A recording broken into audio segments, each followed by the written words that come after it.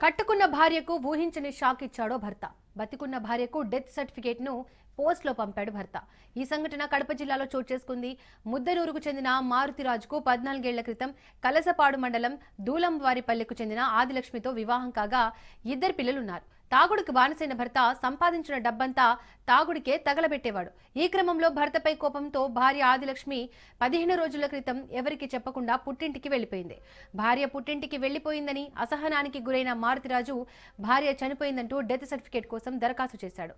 Adilakshmi death certificate రావడంతో దానిని పోస్టులో పంపాడు. భర్త నుంచి ఊహించని పరిణామం ఎదురవడంతో భార్య అవాక్కైంది. బతికున్న తనకు డెత్ సర్టిఫికేట్ రావడంతో ఆదిలక్ష్మి పోలీసులకు ఫిర్యాదు చేసింది. డెత్ సర్టిఫికేట్ పంపిన భర్తతో పాటు మంజూరు చేసిన అధికారులపై చర్యలు తీసుకోవాలని ఆదిలక్ష్మి డిమాండ్ చేస్తోంది.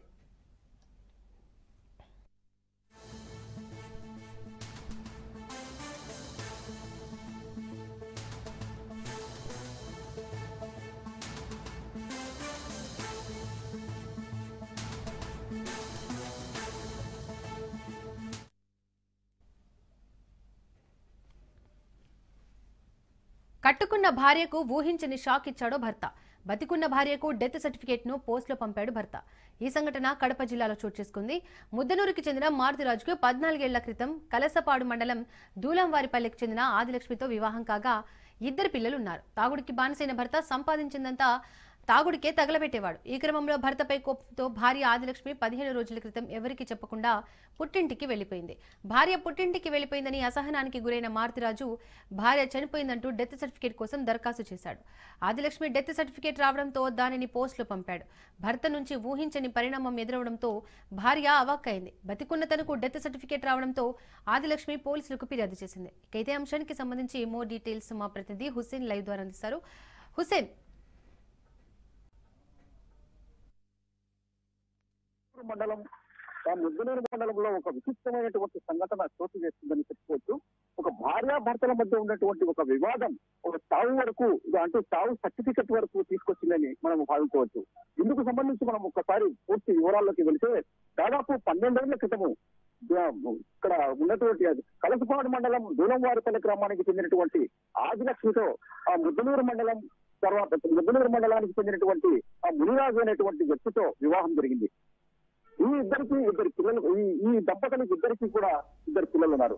అయితే వీరి కాపురం సజావుగా సాగుతున్నటువంటి క్రమంలో ఇద్దరి మధ్య గొడవలు రేగాయి. ఈ గొడవలకు కారణం భర్త రోజు తాగి వచ్చి ఆ భార్యను తర్వాత పిల్లలను కొట్టడం జరుగుతోంది.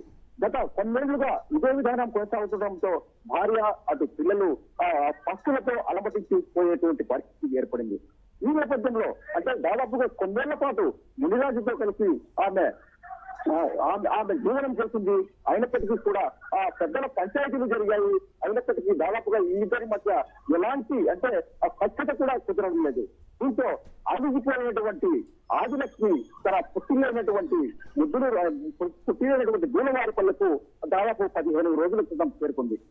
ఆ 15 రోజుల క్రితము తన భార్య ఎక్కడికి వెళ్ళింది అనేటువంటి ఆ సమాచారము తెలుసుకున్నటువంటి ఈ మునిరాజు ఆమెకు నా భార్య నాకు లేకపోవడం ఏంటి అనేటువంటి ఉద్దేశంతో అసహనానికి ఫీల్ అయ్యి, అంటే ఆమెపైన ఆగ్రహం వ్యక్తం చేస్తూ సదరు అంటే ముద్దనూరులో ఉంటున్నటువంటి ఒక గ్రామ సచివాలయానికి వెళ్ళడం జరిగింది. అక్కడ ఉన్నటువంటి కార్యదర్శికి తన భార్య చనిపోయినట్టు కూడా అక్కడ ఒక అప్లికేషన్ ఈ ఒక విషయంలో ఆలోచించవలసిన విషయం ఏంటంటే కనీసం ఆమె చనిపోయింది దానికి తెలుసుకోకుండానే సదరు కార్యదర్శి అయినటువంటి అక్కడ ఉన్నటువంటి ఉద్యోగి ఒక డెత్ సర్టిఫికెట్ కూడా మంజూరు చేయడం జరిగింది. ఈ డెత్ సర్టిఫికెట్ అంశం తన దగ్గర ఉంచుకోకుండా ఈ మునిరాజు నేరుగా తన భార్యకు రిజిస్టర్ పోస్ట్ ద్వారా దూలంవారిపల్లెకు పంపించడం జరిగింది. పోస్టులో ఉత్తరం రావడంతో అంటే ఈ కాలంలో ఉత్తరాలు రావడం ఏంటి అనేటువంటి ఉద్దేశంతో ఆమె అదురుగా ఆ ఉత్తరాన్ని రిజిస్టర్ పోస్ట్ లో ఉన్నటువంటి ఉత్తరాన్ని కవర్ లో ఉన్నటువంటి విషయాన్ని తెరిచి చూస్తే దాంట్లో ఆదిలక్ష్మికి సంబంధించినటువంటి డెత్ సర్టిఫికెట్ పొందుపరచబడింది. అయితే అక్కడ అంటే తనకు ఆ ఇంగ్లీష్ లో చదువు రాకపోయినా కూడా పక్క వారితో చదివించుకొని తాను చచ్చిపోయినట్టు కూడా తన భర్త సర్టిఫికెట్ పంపిస్తాడు అనేటువంటి విషయం తెలుసుకున్నటువంటి ఆదిలక్ష్మి సమీపంలో అంటే తన మండలానికి సంబంధించినటువంటి కలసపాడు పోలీస్ స్టేషన్ లో కూడా ఆశ్రయించింది. పోలీస్ స్టేషన్ లో ఉంటున్నటువంటి ఎస్ఐ సుమతి ఆమె ఫిర్యాదును స్వీకరించి వీరిపై సమగ్ర విచారణ కూడా చేస్తున్నారు. అయితే ఇక్కడ ఒక ముఖ్యమైనటువంటి విషయం ఏంటంటే ఈమెకు సంబంధించినటువంటి ఇద్దరు పిల్లలు కూడా ఆ ఇద్దరు పిల్లలను సైతము ఆమె ముద్దునూరు మండలంలోనే వదిలేసి రావడం మనం ఇక్కడ ఒక ఉదాహరణ అంటే ప్రత్యేకంగా చెప్పుకోవచ్చు. పిల్లలు భర్త ఏమాత్రం వద్దు, తాగుడుకు బానిసైనటువంటి ఈ భర్త నాకు వద్దు, అసలు ఎందుకు ఈ భర్తను ఈ భర్త వద్ద ఆకలి దక్కులతో ఉండాలనేటువంటి విషయంతో ఆమె పుట్టింటికి రావడం జరిగింది. ఈ సందర్భంలోనే వినియోగ తన భార్యకు డెత్ సర్టిఫికెట్ పంపించారు. అంటే ఈ డెత్ సర్టిఫికెట్ వ్యవహారము ఇప్పుడు జిల్లా వ్యాప్తంగా కూడా సంచలనమైంది. ఈమె చచ్చిందా బతికిందా అనేటువంటి అంశాన్ని ఆరా తీయకుండానే సచివాలయ సిబ్బంది ఏ విధంగా డెత్ సర్టిఫికెట్ మంజూరు చేస్తారని కూడా కొంతమంది ఆలోచించుకోవాల్సినటువంటి విషయం. అదే విధంగా దీనికి సంబంధించి పూర్తి విచారణ కూడా చేపడుతున్నామని కూడా కలసపాడు పోలీసులు చెబుతున్నారు. దీక్ష రైట్ హుసేన్, థ్యాంక్ యూ.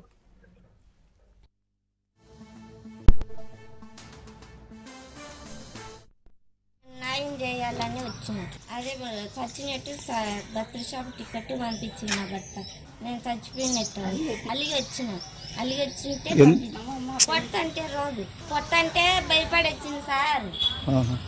మన మాత్రం నన్నేం కొట్టలేదు తిట్టలేదు, ఇంటికి రానేది ఏరే చచ్చిపోయి వచ్చాను. కొడతాడని రోజుటి మధ్య కొట్టారని నేను దొంగని ఇచ్చిన పిల్లలు బల్లే పోయినారు. పిల్లలు అంగకి నేను పోలే, పిల్లలు కావాలే ఏం పోలే, పిల్లలకు చెప్పలే, భర్తకు చెప్పలే, నేను దొంగని ఇచ్చిన కొట్టాడని.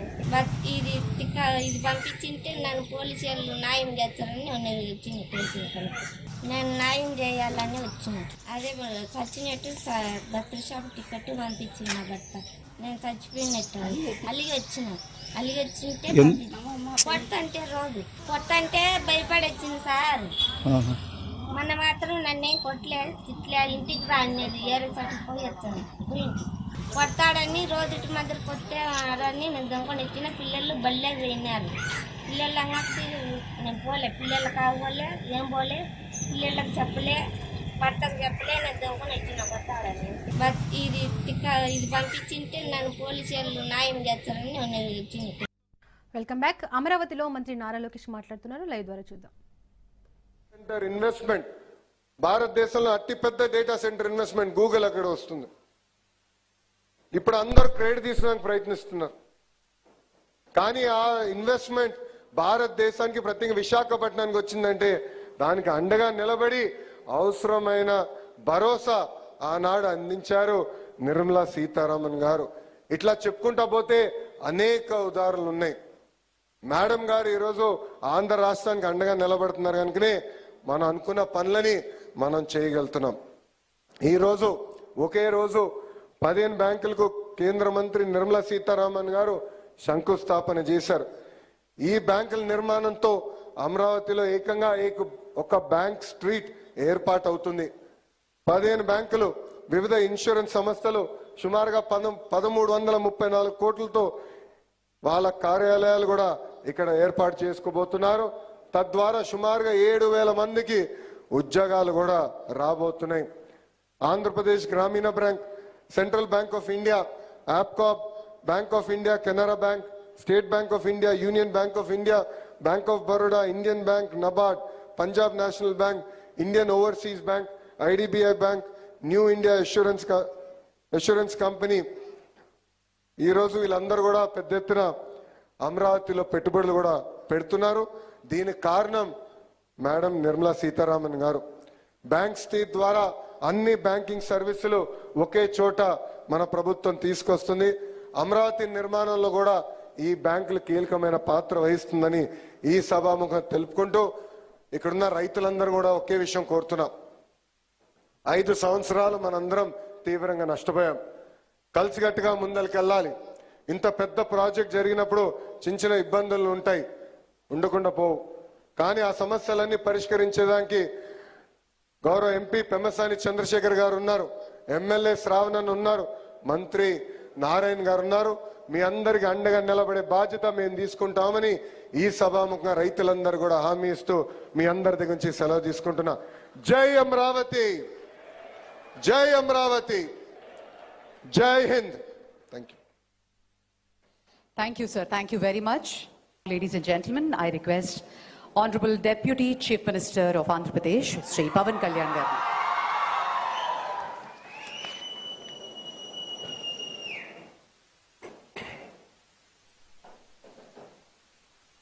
అందరికీ నమస్కారం. ఆంధ్రుల కళల రాజధాని అమరావతి ఆర్థిక పురోగతికి పునాది పడిన రోజు ఇది. ఆర్థిక కార్యకలాపాలకు మూల స్తంభాలైన బ్యాంకింగ్ వ్యవస్థ కొలువు తీరేందుకు వీలుగా ఏర్పాటు చేసిన ఈ బ్యాంకింగ్ స్ట్రీట్కి పునాది రాయి వేసే బృహత్తర కార్యక్రమంలో విచ్చేసిన గౌరవ కేంద్ర ఆర్థిక మంత్రివర్యులు శ్రీమతి నిర్మలా సీతారామన్ గారికి, గౌరవ ముఖ్యమంత్రులు వర్యులు శ్రీ నారా చంద్రబాబు నాయుడు గారికి, సెంట్రల్ మినిస్టర్ శ్రీ పెమ్మసాని చంద్రశేఖర్ గారికి, సోదరులు నారా లోకేష్ గారికి, ఫైనాన్స్ మినిస్టర్ శ్రీ పయ్యావుల కేశవర్ గారికి, సభను అలంకరించిన గౌరవ సహచర మంత్రివర్యులకి, గౌరవ పార్లమెంట్ సభ్యులకి, గౌరవ శాసన మండలి మరియు శాసనసభ్యులకి, నాయకులకి హృదయపూర్వక ధన్యవాదాలు. ఇక్కడికి విచ్చేసిన అధికారులందరికీ కూడా నా ప్రత్యేక నమస్కారం. My wholehearted namaskarams to all the representatives of the premier banking institutions and insurance companies. On behalf of people of AP and our government, our heartfelt welcome and namaskars to you all. రాష్ట్ర పురోగతి కోసం వేస్తున్న ప్రతి అడుగులో గౌరవ ప్రధాని శ్రీ నరేంద్ర మోదీ గారి నాయకత్వంలోని కేంద్ర ప్రభుత్వం అందిస్తున్న తోడ్పాటు మరులేంది. ముఖ్యంగా ప్రత్యేకించి అమరావతి అభివృద్ధికి వారు అందిస్తున్న ప్రోత్సాహం మేము గుండెలో పెట్టుకుంటాం. ఈ రోజున అమరావతి అభివృద్ధి ప్రాజెక్టులు సాగుతున్నాయి అంటే అది నారా చంద్రబాబు గారి నాయకత్వంలోని ఈ ప్రభుత్వం సంకల్ప బలం, మోదీ గారి కేంద్ర ప్రభుత్వ సహకారం. కేంద్రం నుంచి వస్తున్న ఆర్థిక సాయం కాగితాల లెక్కల్లో కరిగిపోకుండా జరుగుతున్న అభివృద్ధి ప్రతి ఒక్కరికి కనపడేలా జవాబుదారీతనంతో ఈ ప్రభుత్వం పనిచేస్తుంది. Madam Nirmala Sitharaman ji, your visit here is not just ceremonial. It is deeply symbolic and strategically this banking institution. You are laying the foundation for financial prosperity. It is a reaffirmation commitment to and a personal endorsement from you and Honorable Prime Minister Modi ji of our developmental vision. నేడు bank of India, Indian bank, bank of Baroda, IDBI, LIC లాంటి premier banking institutions, అలాగే బీమా సంస్థలు ఒకటే చోట ప్రత్యేకించి ఒక banking స్ట్రీట్కి ఉండటం చాలా దేశంలో చాలా అరుదైన సంఘటన. అలాంటి దానికి పునాది వేసిన బ్యాంకింగ్ స్ట్రీట్ అమరావతి నగరానికి ఆర్థిక శక్తినిచ్చే అతిపెద్ద అడుగు. ప్రధాన బ్యాంకుల కార్యాలయాలు, ఆర్థిక సంస్థలు ఒకటే చోట ఉండటం వల్ల ఆర్థిక కార్యకలాపాలు, వ్యాపార లావాదేవీలు చాలా వేగంగా పుంజుకుంటాయి. పెట్టుబడిదారుల విశ్వాసం పెరుగుతుంది. ఆ విశ్వాసం అమరావతిని ఆర్థిక కేంద్రంగా నిలబెడుతుంది. దీనికోసం 1300 కోట్ల పైగా పెట్టుబడి, 6500 మందికి జీవనోపాధి ఎంప్లాయ్మెంట్ జరుగుతుంది. అలాగే మాట కట్టుబడి ముఖ్యంగా అమరావతి రైతాంగం 34,915 ఎకరాల భూములు రాష్ట్ర భవిష్యత్తు కోసం ఇచ్చిన రైతుల నమ్మకమే మన రాజధాని నగరానికి ఈ పునాది. నేడు పునాది వేసింది కేవలం భవనాలకు కాదు, ఆంధ్రప్రదేశ్ భవిష్యత్తుకు పడిన పునాది. ఇది అమరావతికి ఆర్థిక కేంద్రం, విద్యా కేంద్రం, ఒక పరిశోధనా కేంద్రం, ఒక మంచి పరిపాలనా కేంద్రంగా ఎదగడానికి నేటి పునాది బలం చేకూరుస్తుంది.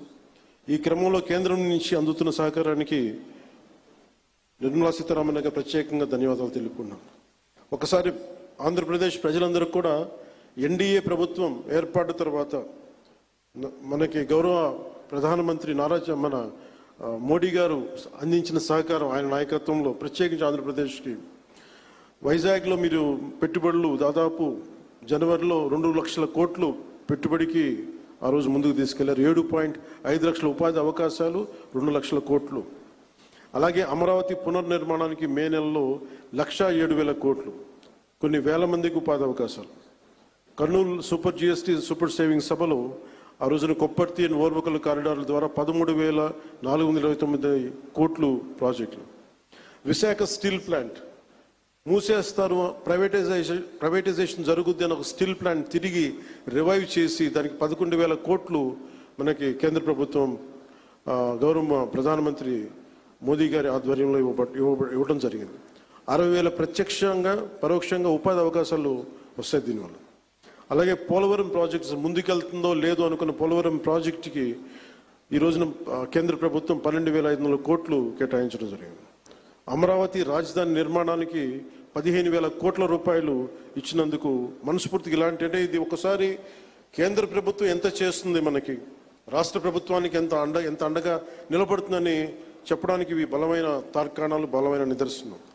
సో అందుకని ప్రత్యేకించి ఈ సందర్భంగా గౌరవ ప్రధానమంత్రి శ్రీ నరేంద్ర మోదీ గారికి, అలాగే finance minister, central finance minister Shrimati Nirmala Sitharaman గారికి, ప్రత్యేకంగా మీ అందరికీ కూడా, మా కేంద్ర ప్రభుత్వానికి ప్రతి ఒక్కరికి ధన్యవాదాలు తెలుపుకుంటూ, ఈ రాష్ట్రాన్ని చాలా బలమైన నాయకత్వంతో, అపారమైన అనుభవంతో ముందుకు తీసుకెళ్తున్న గౌరవ ముఖ్యమంత్రి శ్రీ నారా చంద్రబాబు నాయుడు గారికి ప్రత్యేక ధన్యవాదాలు, ప్రత్యేక కృతజ్ఞతలు తెలుపుకుంటూ, అమరావతి రైతాంగం మీరు నిలబడ్డారు, మీకోసం మేము నిలబడతామని తెలియజేసుకుంటూ సెలవు తీసుకున్నాను. జై హింద్.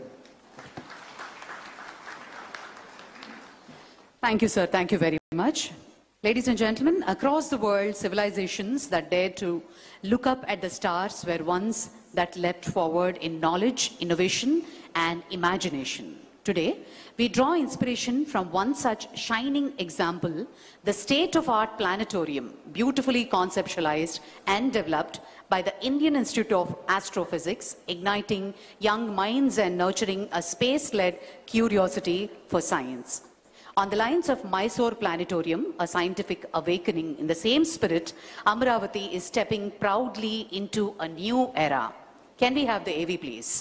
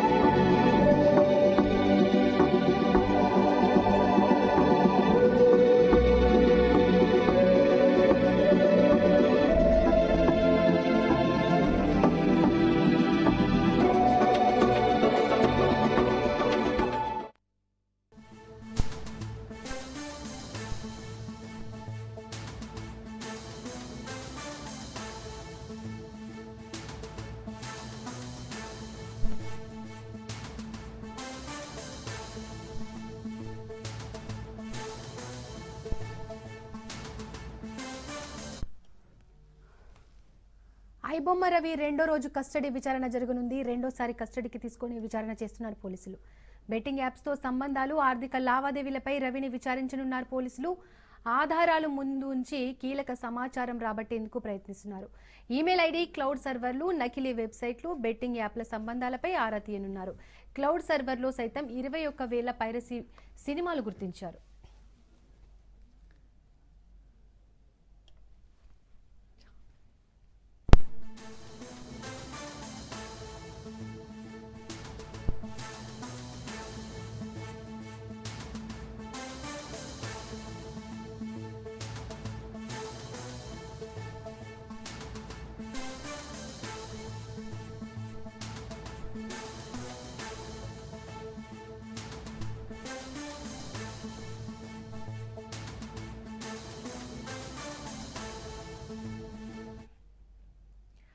ఐబొమ్మ రవి రెండో రోజు కస్టడీ విచారణ జరగనుంది. రెండో రోజు కస్టడీకి తీసుకొని విచారణ చేస్తున్నారు పోలీసులు. బెట్టింగ్ యాప్స్ తో సంబంధాలు, ఆర్థిక లావాదేవీలపై రవిని విచారించనున్నారు పోలీసులు. ఆధారాలు ముందు ఉంచి కీలక సమాచారం రాబట్టేందుకు ప్రయత్నిస్తున్నారు. ఈమెయిల్ ఐడి, క్లౌడ్ సర్వర్లు, నకిలీ వెబ్సైట్లు, బెట్టింగ్ యాప్ల సంబంధాలపై ఆరా తీయనున్నారు. క్లౌడ్ సర్వర్లో సైతం 21,000 పైరసీ సినిమాలు గుర్తించారు పోలీసులు. ఇక దీనికి సంబంధించి మోర్ డీటెయిల్స్ మా crime bureau chief Madhu live ద్వారా అందిస్తారు. మధు, ఇప్పటి వరకు ఐబొమ్మ రవి అయితే ఎలాంటి సమాచారం ఇవ్వలేదు. అతని నెట్వర్క్ గురించి కానీ డాటా గురించి కానీ ఎలాంటి సమాచారం అయితే ఇవ్వలేదు. ఈ రోజు రెండో రోజు విచారణలో ఎలాంటి అంశాలపై ప్రశ్నించే అవకాశం ఉంది పోలీసులు? మొత్తం డీటెయిల్స్ ఏంటి? మొదటిసారి చూసుకుంటే 5 రోజుల పాటు ఐబొమ్మ రవిని అయితే విచారించారు. మళ్ళీ కస్టడీ పిటిషన్ కావాలని వేశారు. 3 రోజుల పాటు విచారించాలి అనుకున్నారు. అందులో భాగంగానే నిన్న విచారణ కంప్లీట్ అయిపోయింది. ఇప్పుడు మళ్ళీ కొనసాగుతుంది విచారణ. అయితే ఏంటి రవి దగ్గర నుంచి ఎటువంటి ఇన్ఫర్మేషన్ రావాలి అనుకుంటే, మొత్తం డంప్ ఏదైతే ఉంటుందో, అంటే సినిమాలకు సంబంధించినటువంటి డంప్ ఏదైతే ఉంటుందో ఆ డంప్ అంతటిని కూడా ఎక్కడ దాచిపెట్టాడు. ఒకడు అయితే ఇదంతా కూడా చేయలేడు. డెఫినెట్గా రవి వెనక ఒక టీమ్ ఆఫ్ పీపుల్ ఎవరైతే ఉన్నారో వాళ్ళందరూ కూడా ఉంటారు. సినిమా తీయడం దగ్గర నుంచి, అంటే సినిమా హాల్లో సినిమా తీయడం దగ్గర నుంచి ఆ సర్వర్లోకి తీసుకురావడం, అప్లోడ్ చేయడము, ఆ తర్వాత వాటన్నిటిని కూడా మెయింటైన్ చేసినటువంటి వాళ్ళందరికీ కూడా జీతాలు ఇవ్వడము, సినిమాలు తీసి పంపించినటువంటి వాళ్ళకు డబ్బులు ఇవ్వడము, ఇదంతా కూడా ఒక ముఠా అయితే పనిచేసింది. ఆ ముఠా ఎవరు అనే దానికి సంబంధించే ఇప్పుడు ఎంక్వైరీ జరుగుతుంది. మెయిన్గా సర్వర్స్, ఆ సర్వర్లలో మొత్తం స్టోరేజ్ అంతటిని కూడా అందులో దాచిపెట్టి ఉంచారు. కాబట్టి ఆ సినిమాలన్నింటినీ కూడా ఇప్పటి వరకు కొట్టేసినటువంటి సినిమాలు ఏవైతే ఉంటాయో, అంటే ఇతనేమి నిర్మాత డైరెక్టర్ కూడా కాదు, అన్నీ కూడా దొంగచాటుగానే సినిమాలన్నీ కూడా తీశాడు, దొంగచాటుగానే రికార్డ్ చేశాడు, దొంగచాటుగానే అప్లోడ్ చేశాడు, ఇప్పుడు దొంగగా దొరికిపోయాడు. సో ఈ నేపథ్యంలోనే అసలు ఎవరెవరు ఉన్నారు వెనక, రవి వెనక ఎవరెవరు ఉన్నారు అనే దానికి సంబంధించి ఎంక్వైరీ జరుగుతుంది. 5 రోజుల పాటు గతంలో విచారించినప్పటికీ కానీ తవ్వే కొద్దీ ఇంకా వస్తూనే ఉంది అనే విధంగా కూడా రవి విషయంలో ఇప్పటిది కాదు, ఇతను చాలా రోజులుగా కూడా ఈ మొత్తం సినిమాలన్నింటినీ కూడా పైరసీ చేస్తున్నారు, దొంగచాటుకు రికార్డు చేస్తున్నారు. సో ఇలా చేస్తున్నటువంటి వీటన్నిటి మీద కూడా ఉన్నటువంటి టీం మెంబర్స్ ఎవరైతే ఉన్నారో వాళ్ళని కూడా అరెస్ట్ చేయడానికైతే ఇప్పుడు హైదరాబాద్ పోలీసులు సిద్ధమయ్యారు. అందులో మెయిన్గా వచ్చేసి హైదరాబాద్ కేంద్రంగానే రికార్డింగ్ అయ్యాయంటే కాదు, ఇతర జిల్లాలలో కూడా రికార్డింగ్ జరిగాయి. ఇతర జిల్లాల్లో ఉండేటటువంటి ఇతని ఏజెంట్స్ ఎవరైతే ఉన్నారో ఆ ఏజెంట్ల ద్వారా సినిమాలన్నింటినీ కూడా రికార్డ్ చేశారు. డబ్బులు పంపించడం అంటే ఒక రిలీజ్ అయినటువంటి సినిమాని హై క్వాలిటీలో రికార్డు చేసిన తర్వాత దాన్ని ఇన్స్టాగ్రామ్ ద్వారా పంపించడం, లేకపోతే మెయిల్ ద్వారా పంపించడం, అలా పంపించినటువంటి వాటన్నిటినీ కూడా అతను ఇతర దేశాల్లో ఉంటూ కూడా ఐబొమ్మ రవి టీం అక్కడ అప్లోడ్ చేయడం, లేకపోతే ఐబొమ్మ రవి అప్లోడ్ చేయడం, ఇలా తరచుగా జరుగుతూ వచ్చేది. సినిమా తీసినందుకు 20,000 కావచ్చు, 30,000 కావచ్చు, 40,000 కావచ్చు, ఆ డబ్బులన్నీ కూడా పంపించేవాడు. అలా పంపించేటటువంటి బ్యాంకులు ఏవైతే ఉన్నాయో ఆ బ్యాంకుకి సంబంధించి ఎవరెవరికి ఎంత పంపించాడు అనే దానికి సంబంధించి కూడా డీటెయిల్ ఆరాధిస్తున్నారు. ఒకరే కాకుండా దీని వెనక టీమ్ ఆఫ్ పీపుల్ ఉన్నారు అని గుర్తించినటువంటి సిసిఎస్ పోలీసులు రైట్ నౌ అయితే ఎంక్వైరీ మొదలుపెట్టారు. కాబట్టి రవి ఒకటి మెంటాలిటీ చూసుకుంటే పూర్తిగా కూడా నాకంటే నేను సింగిల్ అనే మెంటాలిటీలో ఉన్నాడు. ఏదైనా అడిగినటువంటి ప్రతి సమాధానానికి కూడా సమాధానాలు కొన్ని ఉన్నాయి, కొన్ని కరెక్ట్గానే చెప్తున్నారు. అతని మూడ్ ఆఫ్, అంటే అతని మూడ్ కూడా చేంజ్ అవుతూ ఉండడం. సో ఈ నేపథ్యంలోనే ప్రస్తుతం ఇప్పుడు ఉన్నటువంటి సిచ్యువేషన్లో రెండో రోజు విచారణ సాయంత్రం వరకు కూడా కొనసాగుతుంది. వన్స్ కంప్లీట్ అయిపోయిన తర్వాత డీటెయిల్స్ అనేది బయటకు వచ్చి కనిపిస్తుంది. Right Madhu, thank you. Right, అమరావతిలో సీఎం చంద్రబాబు నాయుడు మాట్లాడుతున్నారు. లైవ్ ద్వారా చూద్దాం.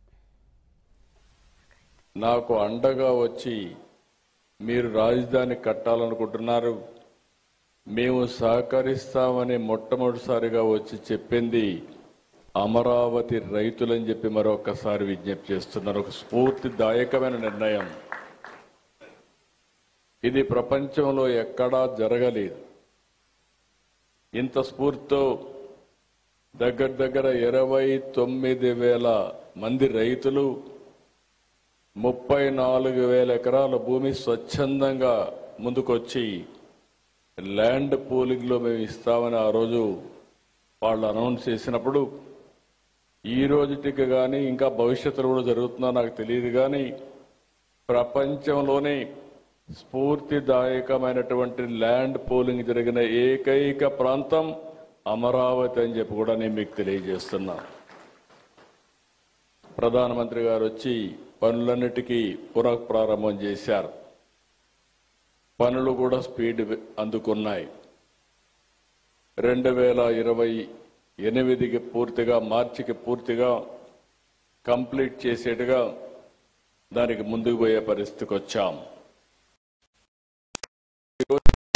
జరుగుతున్న దానికి కారణం ఇక్కడున్న ఫైనాన్స్ మినిస్టర్ నిర్మలా సీతారామన్ గారు అని చెప్పి మనస్ఫూర్తిగా మీ అందరికి విజ్ఞప్తి చేస్తున్నారు. ఒక ఇంపాసిబుల్ థింగ్ ప్రారంభించాం. పనులు స్పీడప్ చేసే సమయంలో గవర్నమెంట్ పోయింది. 5 ఏళ్లు విధ్వంసం జరిగింది.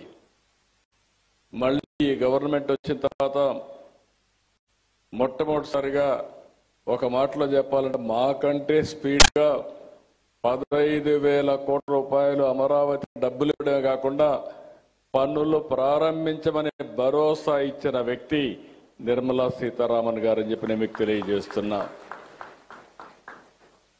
అక్కడి నుంచి ఈరోజు మీరు చూస్తే 15 బ్యాంకులు, వివిధ బీమా సంస్థలు 1334 కోట్లతో ఈరోజు ఇక్కడ ఫౌండేషన్లు వేసుకున్నాం. I'm requesting all bankers, nowhere in the country there is a financial city. Only financial district I created in Hyderabad long back. This is another financial city I am creating. This is the first of its kind, one place, all banks and also financial institutions are coming here. దీంతో 6,576 మందికి ఉపాధి వస్తుంది. ఈరోజు మీరు చూస్తే Andhra Pradesh Grameena bank, central bank of India, AP cooperative bank limited, bank of India, Canara bank, state bank of India, union bank of India, bank of Baroda, Indian bank, NABARD, Punjab national bank, Indian overseas bank, IDBI bank, LIC, new India assurance company limited, ఇవన్నీ కూడా ఇక్కడికి వచ్చాయి. మనస్ఫూర్తిగా మీ అందరికీ స్వాగతం పలుకుతున్నా. ఈరోజు land is given to you, foundation we have laid by honourable finance minister గారు. I'm requesting with record time you have to complete this project. That is where all buildings you have to do. One of the most beautiful buildings.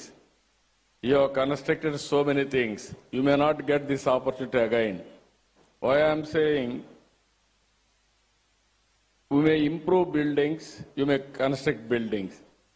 In new city, that to capital, rare opportunity to get to build new buildings. This city we are building differently.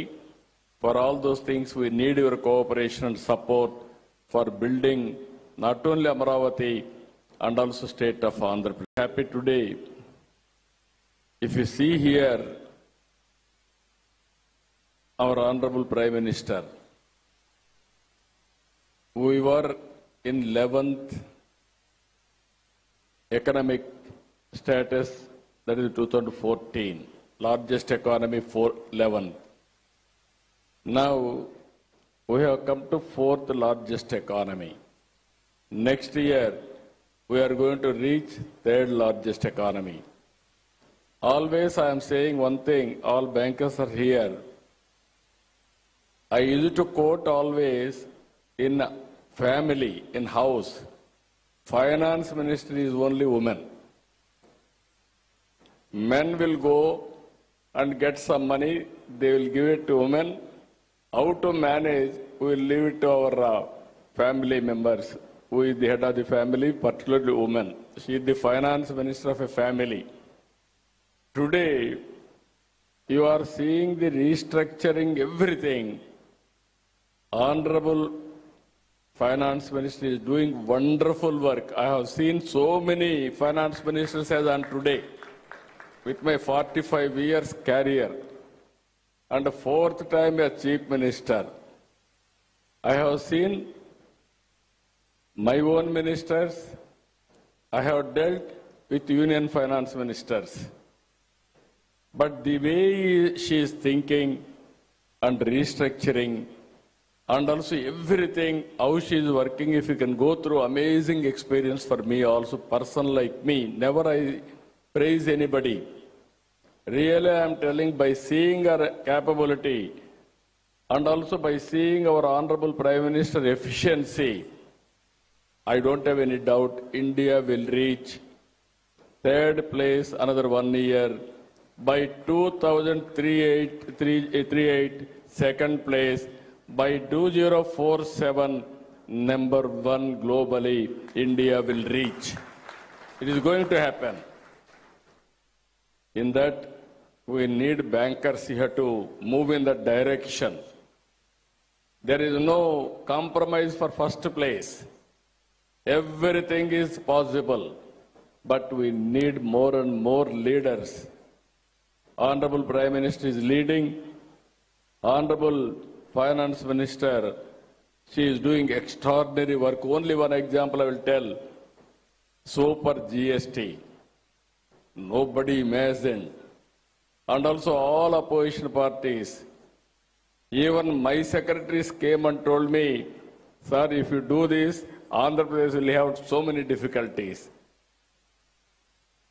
At that stage, she managed very well and assured everybody, with this reform, there will be employment generation, there will be saving for the common man, and also economy will grow from strength to strength.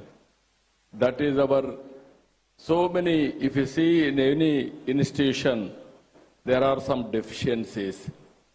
Even in our economy, there are some structural deficiencies. One by one she is correcting, she is strengthening the nation by strong financial systems. I really appreciate. Manandaram kuda manaspurtiga varini abhinandinche samayam, alanti wonderful work she is doing. I really appreciate Madam for extraordinary performance. ఈ రోజు ఇంకొక ప్రధానమైన కార్యక్రమం మీరు చూస్తే Indian institute of astrophysics తో ఒక MoU చేశాం. 5 ఎకరాల భూమి కూడా ఇచ్చాం. ఇక్కడ ప్లానెటోరియం ఎడ్యుకేషన్ సెల్ ఎస్టాబ్లిష్ చేయడానికి ముందుకొచ్చారు. మైసూరు తర్వాత ఇక్కడ స్టార్ట్ చేశారు. మేడం గారికి ఎప్పుడు క్రియేటివ్ అంటే చాలా ప్యాషన్. నేను పోయినప్పుడు అక్కడ చేశాను, ఇక్కడ కూడా చేస్తే బాగుంటుందంటే నేను ఇమ్మీడియట్గా యాక్సెప్ట్ చేశాను. It is a wonderful experience for youth. ఎందుకు ఈ మాట వాడుతున్నానంటే ఆంధ్రప్రదేశ్లో మీరు ఒక్కసారి ఆలోచిస్తే అనేక ఇనిషియేటివ్ తీసుకున్నాం. ఈరోజు చాలా సమస్యలు ఉన్నాయి. ఆంధ్రప్రదేశ్కి స్ట్రక్చరల్ ప్రాబ్లమ్స్ ఉన్నాయి. బైఫర్కేషన్ అయింది.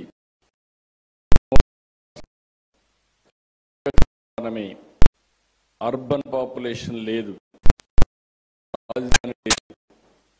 నాలెడ్జ్ ఎకానమీ కూడా హైదరాబాద్కే పరిమితమైంది. ఆ సందర్భంగా ఇక్కడికి వచ్చినప్పుడు ఎక్కడికక్కడ ఏ విధంగా ఇవన్నీ బ్యాలెన్స్ చేయాలని 10 సంవత్సరాల మునుపు జరిగిన బైఫర్కేషన్, తర్వాత ఫర్దర్గా జరిగినటువంటి డ్యామేజ్, ఈ రెండు కూడా ఫ్లెక్సిబిలిటీ లేని పరిస్థితికి వచ్చినారు. మొత్తం రాష్ట్రంలో తిరిగి బ్యాంకు రుణాలు కూడా పే చేయలేని పరిస్థితికి వచ్చాం. ఇప్పుడిప్పుడు అవన్నీ రివైవ్ చేస్తున్నాం. ఎక్కడ చూసినా అన్ని జరిగే పరిస్థితి వచ్చింది. అయితే ఒక మాటలో చెప్పాలంటే ఇవన్నీ చేయగలిగామంటే వెంటిలేటర్ పై నుండే ఆంధ్రప్రదేశ్ ఎకానమీని బయట తీసుకొచ్చిన ఘనత కేంద్రానిది. దానికి నాయకురాలు నిర్మలా సీతారామన్ గారని చెప్పి కూడా నేను మీకు తెలియజేస్తున్నా. పేషెంట్ అయితే బయట రాగలిగాం కానీ ఇంకా కూడా నిలదొక్కోవాల్సిన అవసరం ఉంది. నాకు ఆ నమ్మకం ఉంది. అగ్రిటెక్ మీద ఫోకస్ చేస్తున్నాం, ఇన్ఫ్రాస్ట్రక్చర్ మీద ఫోకస్ చేస్తున్నాం, ఇంకొక పక్కన లేటెస్ట్ టెక్నాలజీస్ పైన ఫోకస్ చేస్తున్నాం. అందుకే కేంద్రం తీసుకున్న అన్ని రిఫార్మ్స్ అడ్వాంటేజ్ తీసుకుని ఈరోజు aerospace city, space city, aerospace city, లేకపోతే డ్రోన్ సిటీ, లేకపోతే electronic city, green energy, you name anything in India, even semiconductor, everything we are launching. I am confident with all our initiatives, Andhra Pradesh will emerge one of the best in future. I don't have any doubt about it. అలాంటి సందర్భంలో ఇంకొక పక్కన మనం ఒకసారి చూస్తే ఈరోజు ఇక్కడుండే రైతులను కూడా మరొక్కసారి మనస్ఫూర్తిగా అభినందిస్తున్నా. ఎందుకంటున్నానంటే మీరు చాలా ఇబ్బందులు పడ్డారు, చాలా సమస్యలు ఎదుర్కొన్నారు. నేను ఒకటే మీ అందరికి హామీ ఇస్తున్న 56,000 కోట్ల రూపాయలు విలువైన 95 ప్రాజెక్టులు ప్రారంభించాం. ఇప్పుడు తొందరలోనే సీడ్ యాక్సెస్ రోడ్డు పూర్తవుతుంది.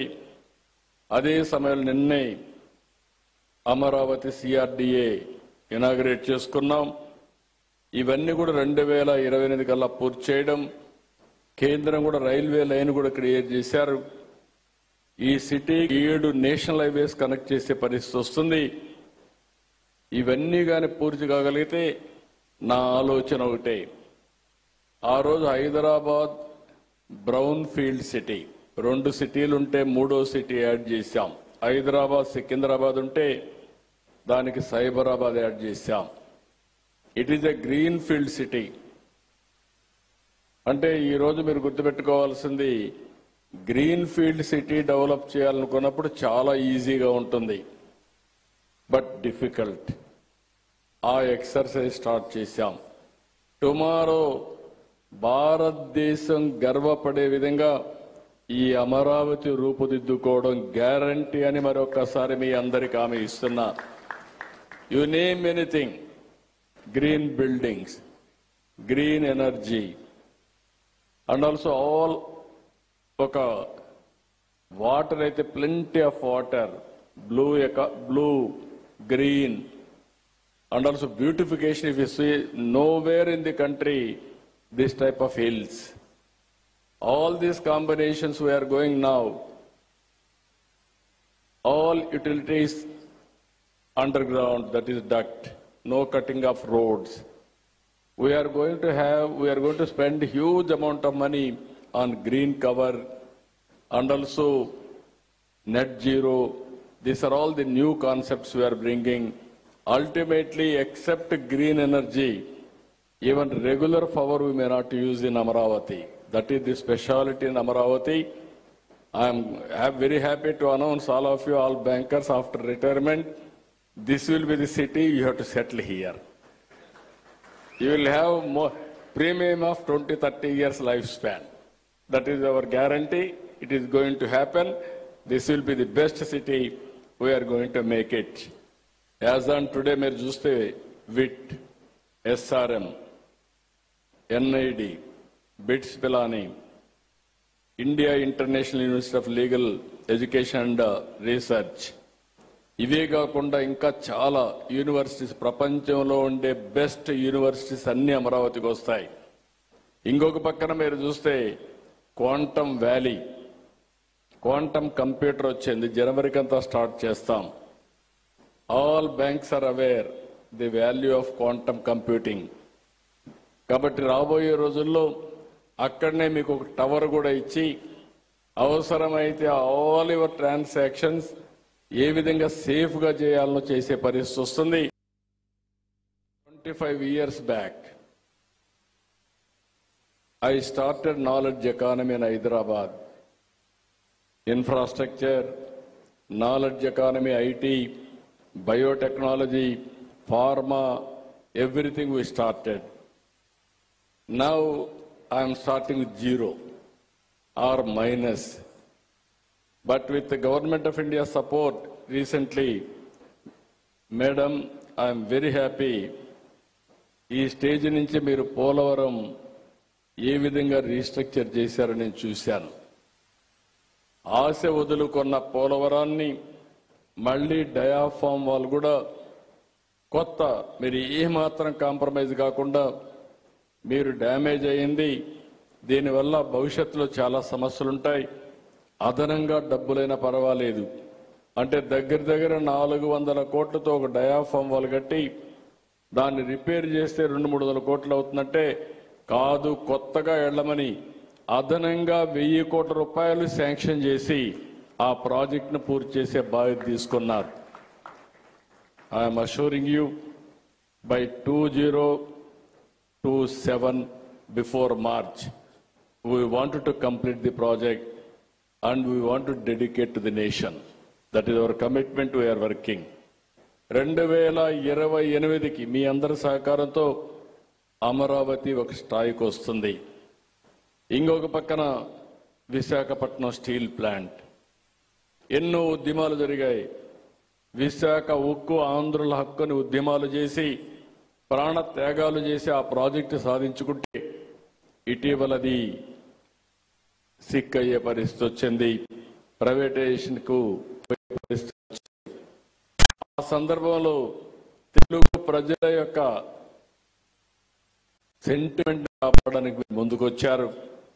మీరు పడిన తపని నేను చూశాను. ఏ విధంగా స్ట్రక్చర్ చేయాలని చేయడమే కాకుండా మళ్ళీ దీన్ని ముందుకు తీసుకుపోవడానికి కాంపిటేటివ్గా తయారు చేయడానికి ఏమేం చేయాలో అవన్నీ చేశారు. అదే మరిగా బిగ్ ప్రాజెక్ట్స్ మీరు చూస్తే రిఫార్మ్స్ వచ్చిన తర్వాత మొట్టమొదటిసారిగా $15 బిలియన్ వచ్చిన ఏకైక ప్రాజెక్టు గూగుల్ విశాఖపట్నంలో data centre and artificial intelligence. అది వచ్చినప్పుడు వాళ్ళు కొన్ని అనుమానాలు ఇవన్నీ అడిగితే వాళ్ళ అనుమానాలన్నీ నివృత్తి చేసి ఆ ప్రాజెక్టు విశాఖపట్నానికి వచ్చిందంటే అది పూర్తిగా మీ సహకారం, ప్రధానమంత్రి ఆశీస్సులు. దీనికి మనస్ఫూర్తిగా మీకు ధన్యవాదాలు, కృతజ్ఞతలు తెలియజేస్తున్నానని చెప్పి కూడా నేను మీకు తెలియజేస్తున్నాను. ఇది కాకుండా ఆల్వేస్, ఎందుకంటే మీరు చేసే ఈ అభివృద్ధిలో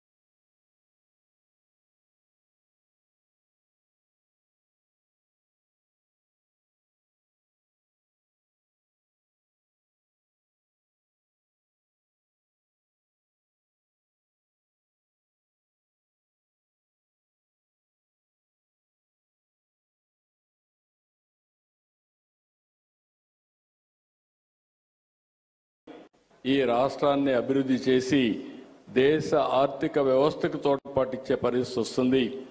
దీనికి సహకరించవలసిందిగా మేడం గారిని కోరుతున్నా.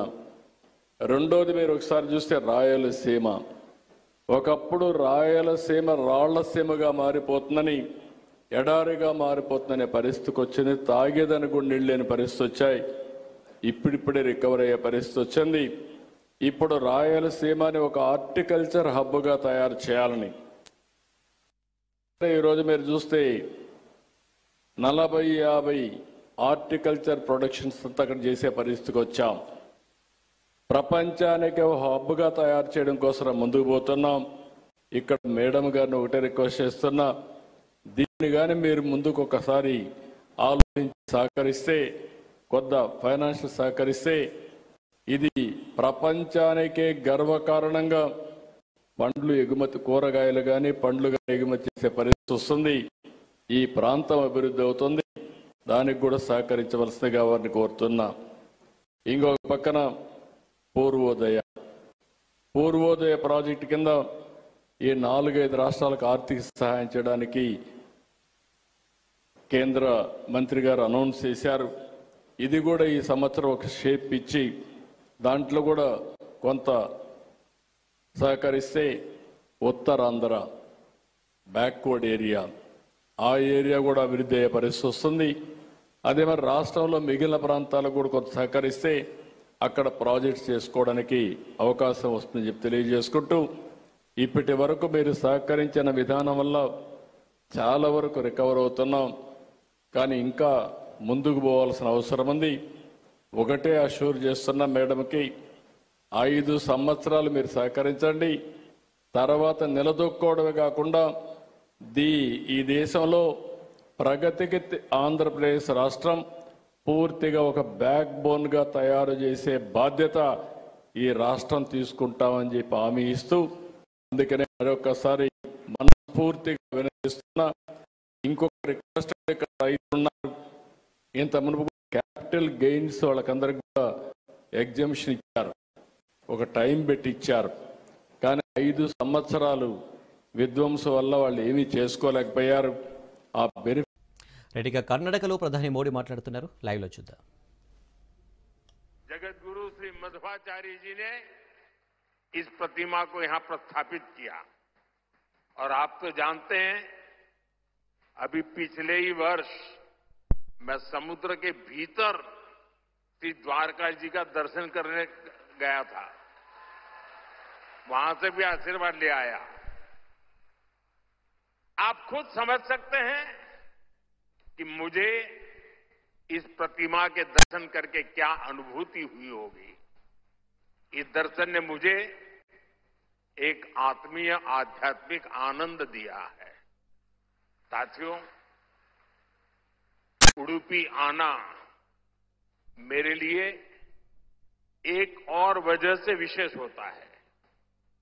उडुपी जनसंघ और भारतीय जनता पार्टी के सुशासन की, मॉडल की कर्मभूमि रही है. 1968 में उडुपी के लोगों ने जनसंघ के हमारे वीएस आचार्य जी को यहां की नगरपालिका परिषद में विजयी बनाया था. और इसके साथ ही उडुपी ने एक नए गवर्नेंस मॉडल की नींव भी रखी थी.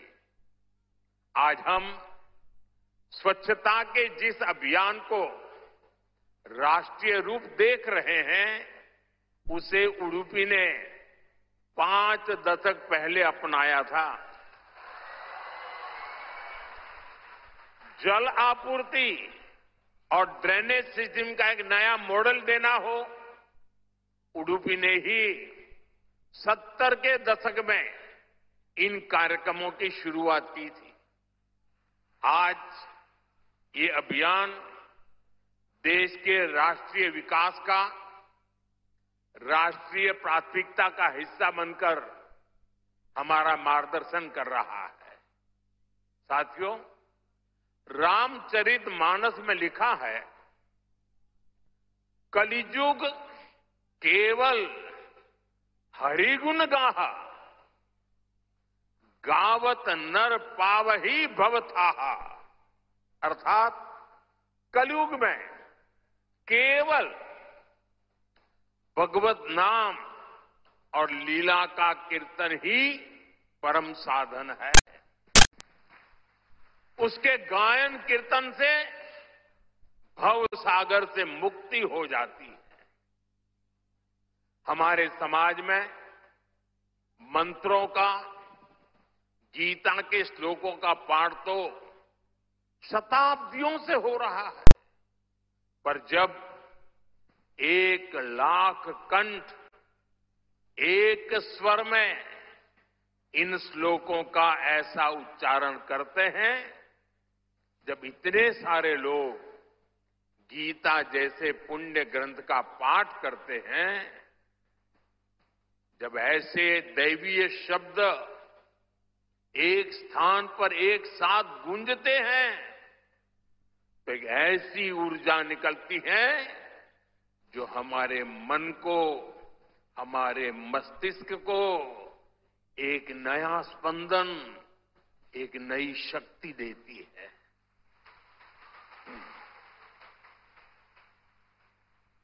यही ऊर्जा अध्यात्म की शक्ति की है।